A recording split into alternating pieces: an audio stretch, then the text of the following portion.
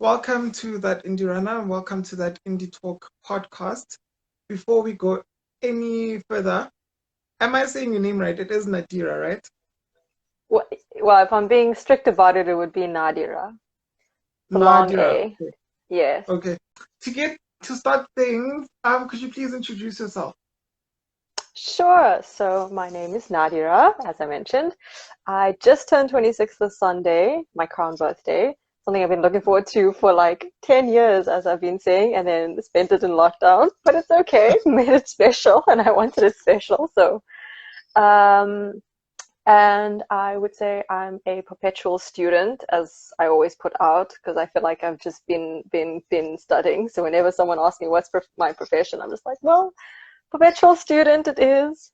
But currently I'm a scientist as well, and I'm completing my PhD at the moment in molecular biology, well, molecular and cell biology and bioengineering, and I'm doing it between the University of Cape Town and University of Ghent.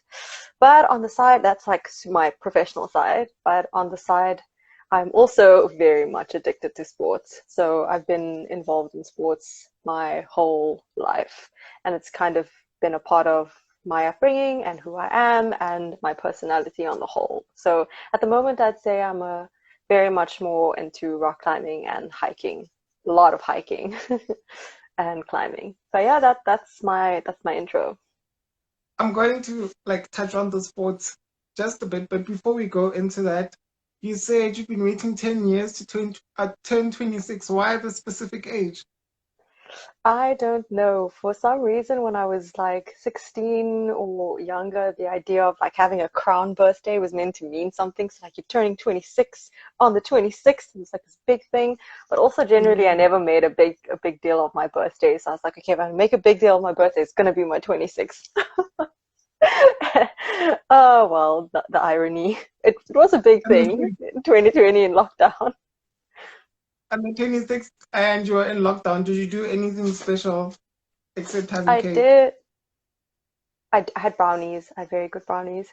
But I spent the day playing around in the rocks, pretty much. I mean, that's the best way for me to do it. Just be outside in nature, distanced from everyone, and just playing Mm, around in the rocks. Yeah, I saw the that's what picture. I. Your last picture was from the weekend, right? It was from the weekend. That What reminded is your me of what is your first feeling when like what is the emotion that you get when you look at the picture of the rock? Are you like, what are you doing? Or, I want to try this. so on your last post, the one from your birthday, the feeling I got was 127 hours because you were wedged in between a very tight space. Yeah. And I actually wanted to ask you about that. Um, what is the likelihood of 127, like a scenario like that happening? It depends. It really does depend. So it depends on where you're climbing, the conditions you're climbing in, who you're climbing with, the grade of the route, type of rock. So pretty much before you go out, sorry, really delving in here already, but like before you would go out climbing, you'd make sure like the conditions are good. So we always check because you don't want to be climbing in like direct heat for the whole day because one, the shoes are tight. Like my climbing shoes are tight. They're That's like what two sizes I too saw. small. Mm, So, so you don't want to be climbing on a hot rock in small shoes, one. Also, the rock then is not as nice to climb on, so you generally want like cooler conditions. And so before we mm, hit, like we'll plan a climb for the weekend or the week or whatever, and then we'll check we say connies. We'll check the conditions beforehand and see like if it's too hot or if it's too windy or if it's raining the night before or raining the morning of, then we might not climb. So generally we're pretty safe about it. So that kind of thing unlikely to happen, I'd say, but I mean, you never know. You always got to be cautious. Like the crap thing, well, not the crap thing, the unfortunate thing would be if the rock was loose when there was some sort of mm. rock slide. But again, you like super cautious when you're climbing. You always like if you think something is loose, you avoid it or you tap it or you just come down. So yeah. Mm. I think we're going to discuss a lot more rock climbing later because I think a lot of people don't actually know a lot about the sport. Hmm. But you did mention that you are doing your PhD. in molecular Mm. biology. So I think that's very important in the current climate, that we're in with Yeah. the pandemic out there. So I wanted to ask more about like what inspired you to keep studying to the point where you're doing your PhD in this specific field. So I actually diverged from well, when you're growing up, you always have this idea of what you're going to be or what you'd like to Yeah. be, and you kind of take that route when you start studying. So I wanted to actually be a forensic pathologist, but here's the whammer. To become that, it's like 14 years of studying. So at Oh that point wow. in grade 10, I was like, okay, 14 years of studying, I think I can commit myself to this. So I was already committed to like a kind of long timeline from a young age. Mhm. So the idea of continuing to study for a long time isn't such a foreign concept for me because when I was younger, I was already like, okay, 14 years.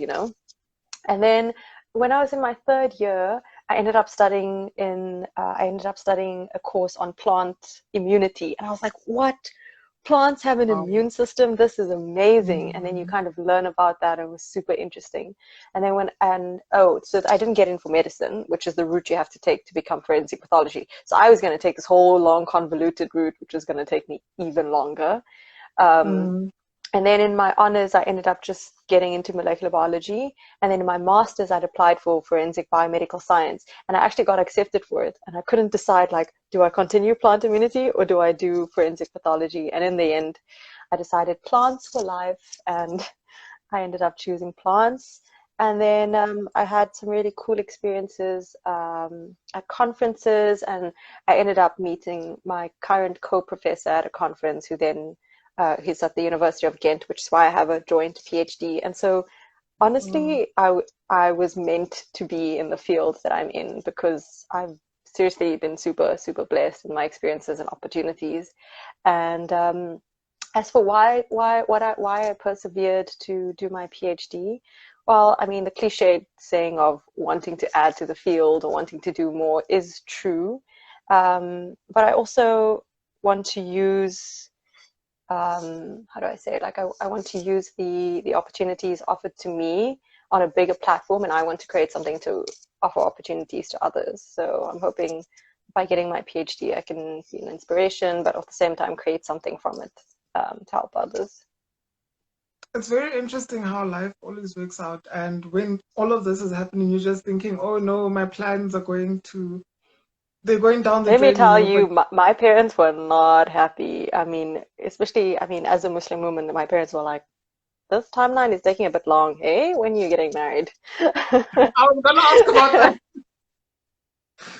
Everybody, the conversation with my gran was the scariest one, probably. She was like, I think I finished my undergrad and I started honors. And then like, my gran called me one day because she doesn't stay here. And she was like, so I heard you finished, but what are you doing now? And I was like, no, Granny, it's just one more year. I call her Daddy. I was like, no, Daddy, it's just one more year. Don't worry, it's just one more year. Meanwhile, my master's is 2 years. Didn't say it was 2 years. Then I started my PhD and I just looked at my dad. I was like, I'm not saying anything. You tell her. Because everyone was like, guys, this timeline, where's this timeline going to? It is hard. Like, I joke about it, but I mean, it is hard because you'll have everyone come to you and be like, you're not getting married. Why are you not getting married? When are you not getting married? Why are you still studying? Why are you going overseas? Are you going to find a man overseas? It's like, oh my gosh, the incessant questions. Last week I was watching Indian matchmaking on Netflix, and I think I it saw that opened today. I eyes. have to watch this. You have to binge watch it. And I think it just showed me how in the Indian community, like marriage is so important. And Hmm. there are a lot of like, the whole family is involved and it becomes it's a family affair. It's not like you go and get someone and then say, Oh, hell I'm yes. getting married. I found Hmm. it very, very, very interesting. It's actually a good show. I am waiting for season two. But I Those will definitely. I episodes saw are it. I lovely. added it to my list today. I saw it and I was like, "Ooh, this is going to be juicy." But of course, like I have the cultural side of being Indian, and then I'm also Muslim. So religiously, there's like different overlaps between being culturally Indian and Muslim at the same time. It's like its own flavor of, I don't know, marital expectations, should I say? Hmm. And so is there like a cutoff age where they say by 27 you must be married or 28 Expired, you must eh? be married? Expired. expired by 30, forget about it. No, there's no like really, I won't say there's a cutoff date, but there's a lot of expectation the older you get. Like already now, I wouldn't say it's a negative expectation. Of course, I'll be like 27 next year, hopefully done with my PhD, and then we'll see. But for now, let me just finish my PhD. It's like one step at a time. My PhD is a marriage already, okay? It's like I committed to I this can 3 years imagine. ago. It's intense. Um, the cupping clinic says, I want to know, how do you keep yourself so motivated all the time? You sound so motivated. Um, I that's a good question. How do I stay motivated? Well, one thing I do go by is gratitude. Definitely gratitude. I feel like if you take a step back to reflect on what you have in your life and how far you've come and acknowledge like all the hard points and all the good points, that sort of reflection really helps keep you motivated. At least for me anyway. I feel driven by that. But I'm also driven by just I'm driven by inspiration, which sounds strange, but seeing like other strong women out there, of which I can name so many in my friend circle, but not even in my friend circle, just people of people who I know, or Mm, friends of friends. I find that incredibly motivational, and not from a place of where I want to be better than this woman or I want to compete with her, but it's like so uplifting. Like, women are capable of so much. And to see, that's actually a point I want to discuss later, is like as a woman being told you're too much, like that concept of uh, you're too much, or you're yeah. to this or you're to this or to this. That is something that drives me. Like, let's break that. Why is Mm. there a cutoff of like women being too much, you know? So yeah, that's what keeps me motivated. Just there's so much to do and to accomplish. And why not? Why shouldn't I be able to try it? Why shouldn't I be able to achieve this or go for it? You know, what the only thing stopping you is you, and obviously society saying you can't. So yeah, And you that's why I'm agreeing, motivated. and you agreeing and, bending with society and saying, oh, this is where I stop. This is too much. I won't find somebody if I do this, Yeah, which I I had feel. this conversation, yeah. Sorry, I had this conversation with my best friend as well, like that sense of, do you compromise? Do you settle? Would you like where Mm, is the limit of understanding your worth and understanding when you're actually just being a hard ass, you know, when you're not willing to mm, compromise?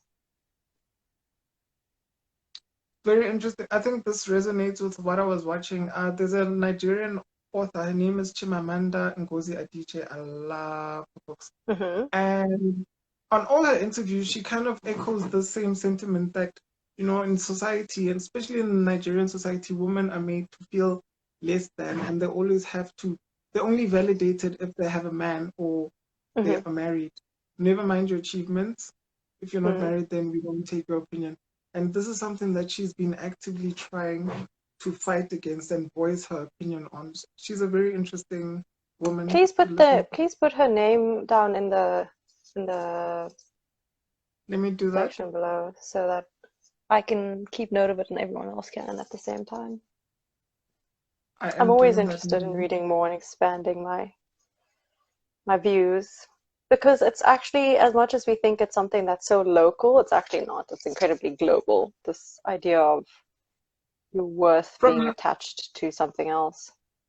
Yes, from having these conversations with women around the world throughout this month, I've actually noticed that it's not something that's local to like Africa Mm, or one location.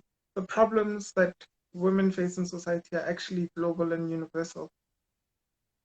So it's been very interesting to to gain insight into that, because you oftentimes you think if something is just happening here, it's localized to South Africa, mm, but it's actually not. But I think we're going to touch on this a little bit later.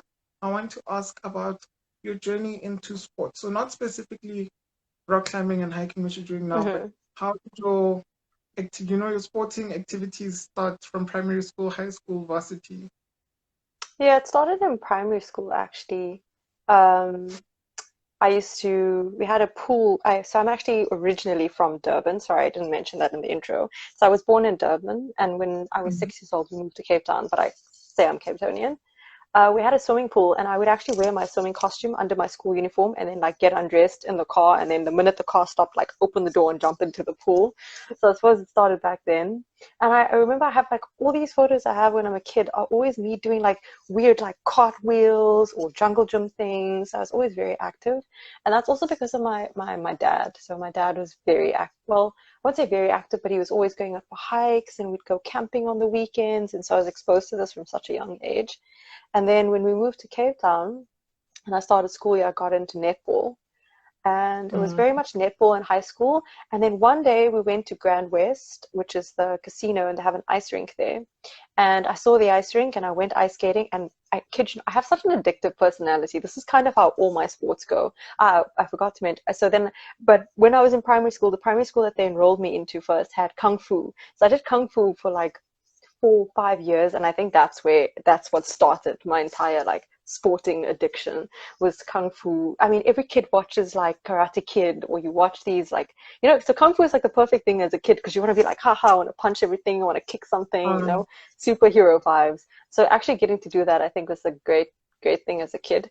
And then that day I went to the ice rink. I have such an addictive personality. I ice skated once, and I came home and I told my parents, I was 14 at the time, I said, I want to start ice skating. So they signed me up for lessons the next weekend, and I swear I bought a pair of secondhand figure skates. I was so determined. The next weekend, it was something I saved up. It was like 350 rand, but I saved up and I was like, I'm gonna buy it. And I bought these secondhand figure skates from like this big figure skater, and then ended up doing figure skating for 7 years actually. It wow. was like my passion. Every Sunday I'd go for lessons, and I was also doing like private lessons in the week. Um, and then from figure skating, when I switched to university, another one of my dreams that I always wanted to do was gymnastics. Okay, so I was like, if there's and I remember at UCT before I went there, I scouted out and they had gymnastics, and I was like, yes, score. And so I immediately on the first day of university of O week, I went straight up to gymnastics and I signed up for gymnastics. And then from in my university years, from the first year to honors, I did gymnastics, and I did up to level 6 gymnastics, and I even competed. Like I competed in SA gym games, national gym games, and I placed third. That was like the biggest. I got my Western Province colors. Like I can't believe at the age of 18, I took up gymnastics and got like actually managed to make something of it. Like even my dad was like shocked. But it was really hard. Like that was hard. Juggling gymnastics and university, because I was also on the committee. I was like chairperson and then vice chairperson. I was like, of course I must be involved. Can't just do something. I must be involved. But it was a lot of fun. I grew a lot as a person from it, and I made so many friends, so many good friends. And sport is such a great addition to your life. Honestly, it was like a Mm. savior for me a lot of the times with university. It was such a great balance. And it was also hard at the same time because everyone, like my parents, would constantly be like, no, you've got to focus on work. And all I'd want to do Mm. is after work, go 2 hours of training on a Tuesday or Thursday, or like on a Sunday, we'd had 4 to 6 hours of training. Um, Yep. So I kind of like have dabbled over multiple sports at the same time. And then, of course, growing up in Cape Town allows for other sports like hiking and trail running, which I got very much into. Um, and then I dabbled around in things like, oh, I have a longboard, so I longboard as well. What I tried longboarding? slackline. So it's like a skateboard, but with different wheels and a different shaped board. It's like a longer board. You've probably seen people on before, and they like kind of cruise on it. Allows you to carve and cruise like this. Um, and people do fancy tricks and they go downhill. It allows you to go downhill really fast. So I got a longboard and I started it and I enjoyed it. And I don't know, I love trying things. Like if I could, I would truly join like the circus just to learn. My friends laugh at me, but I think owning a unicycle is such a great investment. Like that's my next thing. I tried it last year once. It was so much fun, but I think a unicycle is something I want to own next. I love trying these kind of random sports or There's a circus. extreme sports. There's a circus school in Cape Town somewhere. Is it Yes, Newlands, I think? Sipsap. Zip-zap, yes, I've seen the trend. There is one around Newlands, but there's Newlands in town. I mean, Zip-zap in town, but you can't, unfortunately, you can't just like go for lessons or join. It's like kind of niched. It's quite niched. And it's very much like you have to have started it from a young age because you can't just join as an Oh, adult. They don't just offer adult classes. But when I was mm, in Belgium last year for when I was doing some of my research there was a circus school that allowed you to like anyone could join. Unfortunately, I missed mm, both of the seasons because like the years run opposite to ours. But if I get the chance, like if anyone's watching who does juggling, or I would like to learn the damn it, can't remember it now. But there's that glass ball which you can maneuver in your hands, which I really want to learn how to do that as well. There's a name for it. I just can't get to it now. It's like this acrylic see-through ball which you move across your hands, and when you move it over your hands, it looks like it's just floating over your hands, and it's so cool. So yeah, if I anyone's think watching I who know what does you're these talking things about. who can teach me, I'd love to learn. Yeah. Gymnastics at 18, I can just imagine trying to get flexible at that age. Trying to get Yes. into sport, which I'm trying to get into now. Hmm. Hmm. How was that experience? The tumbles. It was humbling. It was very, very humbling. So from figure skating, at least had a little bit of flexibility, but I did learn to do the splits, and I did learn to get my. It's such a gradual process, actually. Mm, You think it's impossible, and then just with consistency, you kind of achieve it out of nowhere. So that was, mm. and I mean, that was fantastic, and I love that kind of um, progress that you see over a long time that you thought was impossible before, and then like actually manifesting. But that's how we sold it to people. Actually, when I was on the committee, we would stand at O Week and be like, you don't have to be flexible, you never have had to have done the splits before, we'll teach you all of that, and it's possible. Like people learn to do the splits in a year. So I'm just going to say keep at it because it's definitely possible. My hamstrings are tight, tight, tight. Foam rolling is what you need in your life. I actually need to do more of that because I'll do like a session of yoga and then the next 2 days I'm running on the streets, and Mm. then that flexibility from the yoga session is gone and I need to do it again. So I definitely, definitely need to start foam rolling, but it's just so painful. So yeah. Yes, make pain your friend in this case. It's the one time pain is really good. So now your sport of choice is rock climbing and hiking. So how did Mhm. the climbing part come about? Kath is sending love, and I know of rock climbing because of her. Because when we were at Vets, she was part of the rock climbing club. And in my head, it was, Catherine is a beast. She's such a super sender. she is. We love you, Kath. I imagined a wall, like gladiators, where you'd have to like ascend the wall, and there'd be like plastic Yeah. things. And she'd tell me about planking and how planking is so hard. And I'd be like, but why are you planking if you're just like ascending the wall? Don't you just get to the top and then come down And again? then come down. So that's what I thought it was. And then, So how was your how do you first start it? experience? I haven't done it yet. I really want to go to, I think there's Okay. City Rock in Randburg, but it's still There is. locked down. So I'll only do that after it Mm. opens and after all of, yeah. So I've been wanting to try it. I just haven't gotten the chance. For anybody who wants to start, firstly, how do you start? How do you start getting involved in the sport? So, do you want to know how I got involved or how people should get involved? I think we can go with both. Okay, so don't do what I did. I started from hiking. So I love hiking and I would do a lot of hiking. And when you hike up Devil's Peak, it has like this really flat face, which you can kind of scramble up. So do you know what scrambling is? So scrambling is Um, where is it the one of you, the pig? it's no, so scrambling is like when you get to when you're on a mountain and you have like a face or like a part of the mountain which gets kind of like almost straight. So let's say like this, and it's quite rocky, that you actually have to kind of climb up.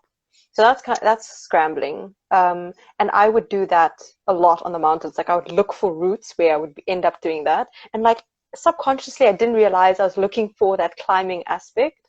And then we had a friend of mine, she mentioned that she had a friend who was doing this thing called climbing. And I said, please just give me his number. Like, I didn't know this person. I just said, give me his number. And then I texted him, like, hey, I heard you're doing this thing called climbing. Can I please come and try it out with you one day? Then I went to City Rock. So City Rock is the perfect place to start this. Or, well, it depends on what kind of climbing you want to do.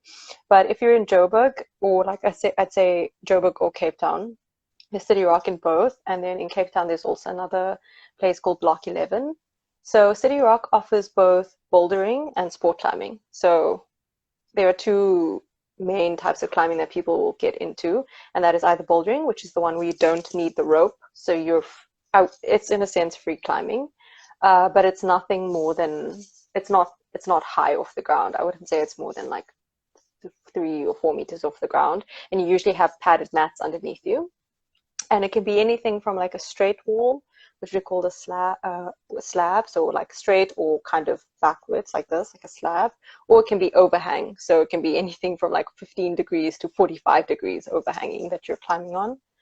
And in the gym, so at City Rock, it is like plastic holes that you're climbing on, and it's like quite textured, and they come in like all different sizes. And then when you're doing sport climbing, it's the same thing, except it's not with you've got gear on you. So you're wearing a harness and you've got rope Mm. attached to you. And there are two types of things that you could try at City Rock, which the first thing you'll get into if you want is top roping. So that's when you have the rope attached to you, but it's already attached at the top of the wall to two anchors. And that means that if you fall, you're not going to go anywhere. You're just going to sit back and hang on the rope when someone's actually belaying you. And then you have lead climbing, which is where the rope is not attached at the top to two anchors, but you're climbing up with the rope and you're attaching the rope as you go up, which is would be the more Oh, advanced version to get into. But if you're going to go to City Rock, I definitely would, or if anyone goes to City Rock or Block 11, if you're here in Cape Town, if you just want to do bouldering, I would definitely suggest to give it a go. And well, start off with bouldering to get the feel of how to move, because a lot of people have a fear of heights. And if you have a fear yeah. of heights, then doing the top rope is, of course, more scary because you're going to be up to, what is it, 18 meters off the ground. And if you, yeah, as I said, if you have a fear of heights, then first try bouldering. And that's how I would suggest to get into it, like in a safe environment in the gym. But if you know people, if you know of someone, like the people who climb at the gym also a lot of the times climb outdoors. Oh, And you could ask one of them to take you outdoors and to show you how to do it outdoors. But I will definitely say that outdoor climbing is very different to indoor climbing. It's like a whole other world. Like I remember the first time I tried both outdoor sport climbing, which is the one with the rope where you're clipping it up, and mm, bouldering. I was like mind blown because you also have different types of rock, of course. Like you, like depending on where yeah. in the country or where in the world you're climbing, the rock type is different, which changes the whole experience. And it's like all of a sudden you go from having a set route or set like where to put your feet and your hands to now having to like figure out how to climb it without that. So that was, yeah, but definitely start in the gym, I would say, if you just want to dabble in it. So that's the first step. And then Catherine is Yes. asking, what is your favorite type of climbing? No, why you do me like this? I would say bouldering. For me, it's bouldering at the moment, but I'm starting getting more into sport climbing. And I don't know. I took mostly to both. So actually, firstly, let me say disclaimer. I actually haven't been climbing that long, and I started. You asked me earlier why did I start climbing? I started climbing because I broke my arm really badly when I was, well, not while doing gymnastics, but when I was still doing gymnastics. And my Mm, orthopedic surgeon suggested I start climbing, and that's actually why I started climbing at the same time while I was scrambling up the mountain. And I got into climbing that way. And as everyone does, you fall in love with the sport because it's problem solving on a wall pretty much. And I fell in love with the sport and then ended up getting really into it. So for up till now, I've been climbing for about 2.5 years, 2.5 years, yeah. And it's actually quite tricky because I don't know when you transition, for me personally still, like to say I'm a rock climber is such a strange concept because it kind of feels like there's a gatekeeping into saying I'm a rock climber. Like not everyone can say you're a rock climber. Like it kind of feels like you have to be climbing for a certain amount of years, or you have to have certain amount of experience, or you have to climb like a certain grade in order to be able to say I'm a rock climber. So even now when people ask me, oh, are you a rock climber? Like I kind of still feel hesitant to say it because I don't feel like I should be able to say it, which is nonsense because I mean, someone who plays squash for 2 years says, oh, I play squash. Or, you know, if you're a runner for 2 years, you say, oh, I'm a runner. So it's interesting that I feel that way still, but yeah. Oh, but to answer Catherine properly, bouldering, Yeah. definitely bouldering for the moment. I have a question about bouldering. If you're not climbing with any Mm-hmm. equipment and you are Mm. climbing a mountain like this or like this, what happens if you fall? So you won't be climbing a mountain, you'll be climbing a boulder.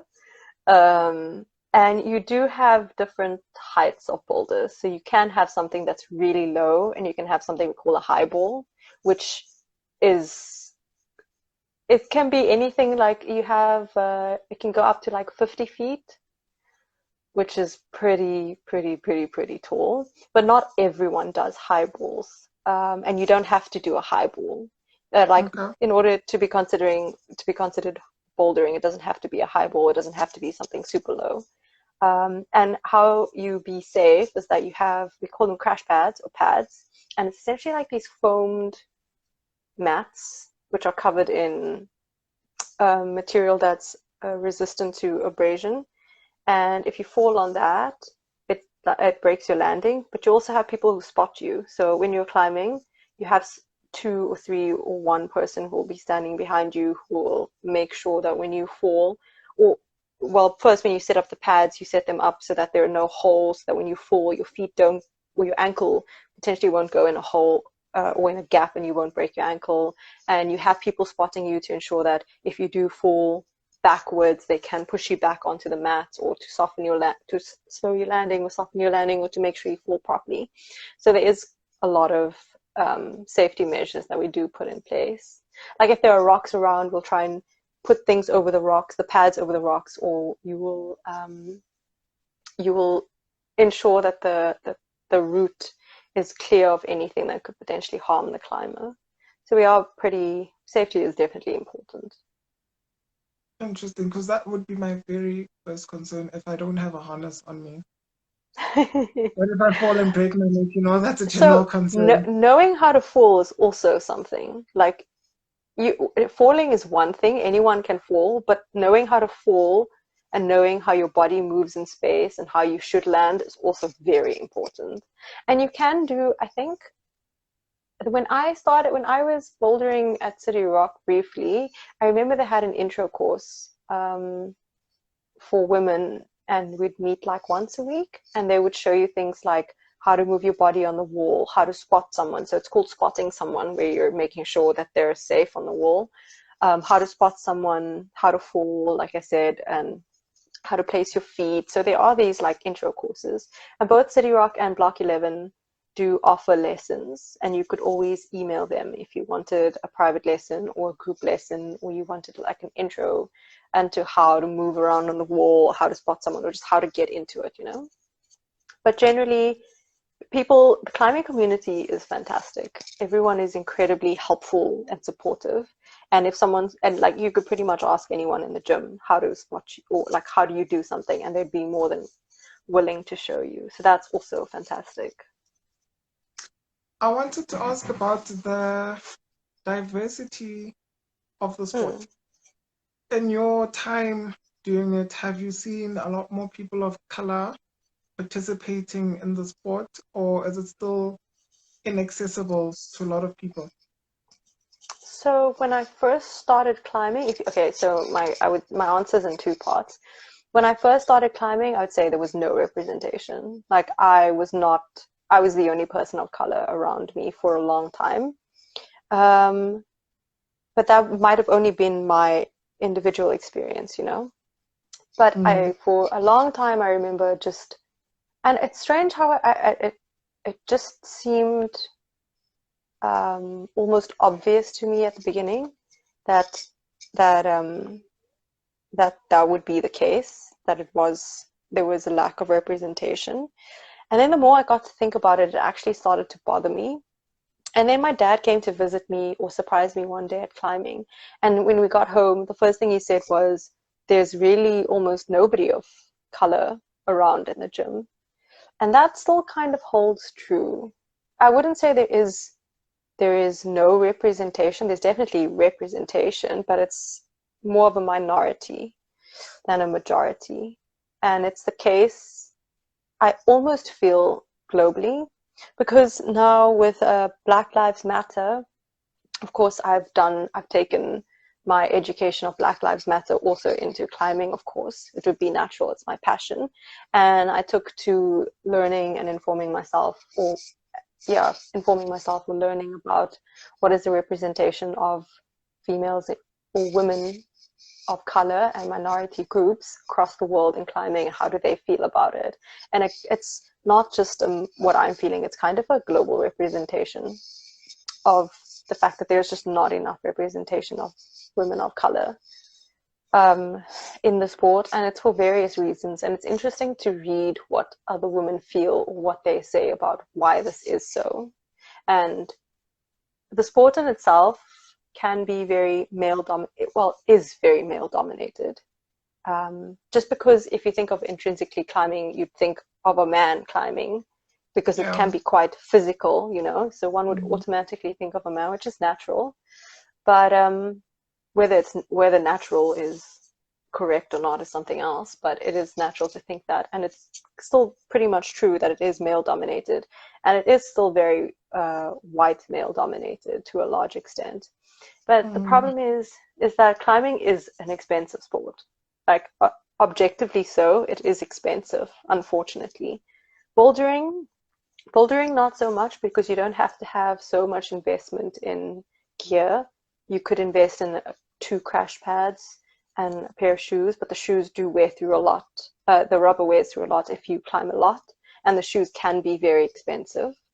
But if you were to do sport climbing, for example, if you didn't have gear, you wouldn't be able to do the sport. And for example, like a set of standard gear, like not even expensive or top quality, could set you back like 6,000 Rand for everything that you needed. Yeah. And then of course, because your life is placed on this gear, you have to make sure that your gear is always in top shape or top form, or that your rope is not fraying, that your carabiners still lock, that they're not rusted, that your quick draws still function the way they should. Like, the sport is expensive. And as is South Africa, or in South Africa, people of color are usually, or are definitely, more impoverished as compared to people who, like a white person. And I in that scenario, when there's like, relative to that, again, I would see why there's not many like people of color doing sport climbing, for example. But that's what I liked about, like, my first should I say, true introduction of representation was at Block 11. They have a project called Dream Higher, where they take kids from disadvantaged backgrounds, and they have a program where they can join and they can climb, and they teach them how to climb. And these kids can go to like Western Province, or they can get their Western Province colors, and they can compete and all of that. That for me was absolutely great, because now you're opening up the space to people who otherwise would not have had access to it. Yeah, that for me was such a positive, and it would be nice if every climbing gym had a similar program running, so that it is a sport that is like, it is, what is the word, that it's open to the community. It's not something that's still quite closed and gatekept. I must say that it's not even limited to climbing. In the yoga spaces that I'm in, that's also the case. When it comes to swimming, that's also the case. I think the sport that I participate in, which is more diverse and more representative, is running. And I think that's also because it's cheaper, because all you need are running shoes. And also it's also that sentiment of, I see somebody who looks like me doing it, so I feel more comfortable doing it, you know? Hmm. So I think moving forward, especially in light of Black Lives Matter and movements like that, and inclusion, representation, and diversity, more people of color actually need to get involved in these different type of sports so that when somebody else sees you, they think I can also do that. I can also do that. Yeah, definitely. And when I started doing a lot of reading and just also, it's easier to do. I mean, it's easy to do on social media now, and especially with Black Lives Matter and um, sharing of details of Black female climbers or brown female climbers or indigenous female climbers. I was like mind blown that there was this pool of women which I did not know about before Mm, now. Just because, and like if you follow their profiles, their following is not that big or yeah. in comparison to white counterparts, which is also another interesting factor to like analyze and why it is so, why it isn't so. Is it because they don't climb as hard? Is it because they aren't that noteworthy? Why aren't they that noteworthy? Why aren't they Mm, affiliated to big sponsors? Like what are the circumstances surrounding all of this? And there's so much that can be studied about this. But what I found it so uplifting is the point that I was trying to bring across to discover this pool of women and see how strongly they advocate um, for women of color or women of marginalized groups. Or it's not just they're not just climbers, but they're also activists, which for me is great because there's this debate of whether your professional life should your professional life or your profession or your vocation should intersect with your activism or what you believe in, or because I found a lot of backlash for yeah, I found a lot women or people received a lot of backlash for mixing the two. So if you're known mm, as a professional climber on Instagram, and if you all of a sudden voice your opinions or become an activist about something you were always really passionate about, it's not mm, taken very well. People kind of dissociate or would say like, "Oh, well, why are you piping up about this now? We only follow you about climbing." And so I really like that group of women I found advocate for change at the same time. It hones in on that fact that where you said, you know, you should be an example that representation is possible, that you can do this. We should be like shouting at the top of mountains that everyone should be able to do mm. what they want to do and that it is possible.